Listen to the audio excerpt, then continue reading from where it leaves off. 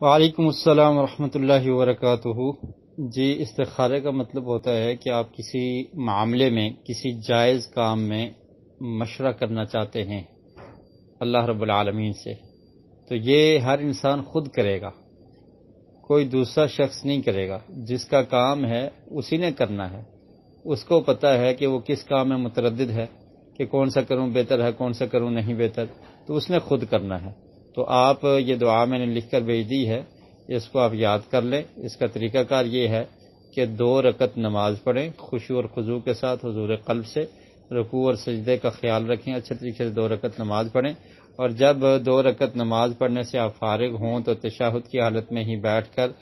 یہ دعا پڑھیں: اللہم انی استخیرک بعلمک واستقدرک بقدرتک واسألک من فضلک العظیم فإنک تقدر ولا اقدر وتعلم ولا اعلم وانت علام الغیوب اللہم ان کنت تعلم ان هذا الامر خیر لی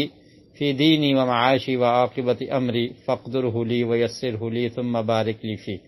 یہاں پر یہ جو پڑھے اللہم ان کنت تعلم ان هذا الامر، تو اس جگہ پر آپ اپنا معاملہ، اپنا کام بھی ذکر کر سکتے ہیں۔ پھر پڑھیں وَإِن كُنتَ تَعْلَمُ أَنَّ هَذَا الْأَمْرَ، تو اس جگہ پر دوبارہ آپ اپنا کام اور معاملہ ذکر کر سکتے ہیں: شر لی فی دینی ومعاشی وعاقبت امری فاصرفہ عنی واصرفنی عنہ واقدر لی الخیر حیث کان ثم ارضنی بہ۔ تو 2 رکعت پڑھنے کے بعد یہ دعا آپ نے پڑھنی ہے، رات اور دن کسی ٹائم بھی آپ کر سکتے ہیں، اس کے لیے کوئی وقت متعین نہیں ہے۔ رات کو کر لیں تو زیادہ بہتر ہے، رات کو چونکہ سکون ہوتا ہے، اطمینان ہوتا ہے، انسان فارغ ہوتا ہے، تو شور شرابہ بھی کم ہوتا ہے، تو اطمینان سے آپ رات کو بھی کر سکتے ہیں۔ پھر استخارہ کرنے کے بعد اس کو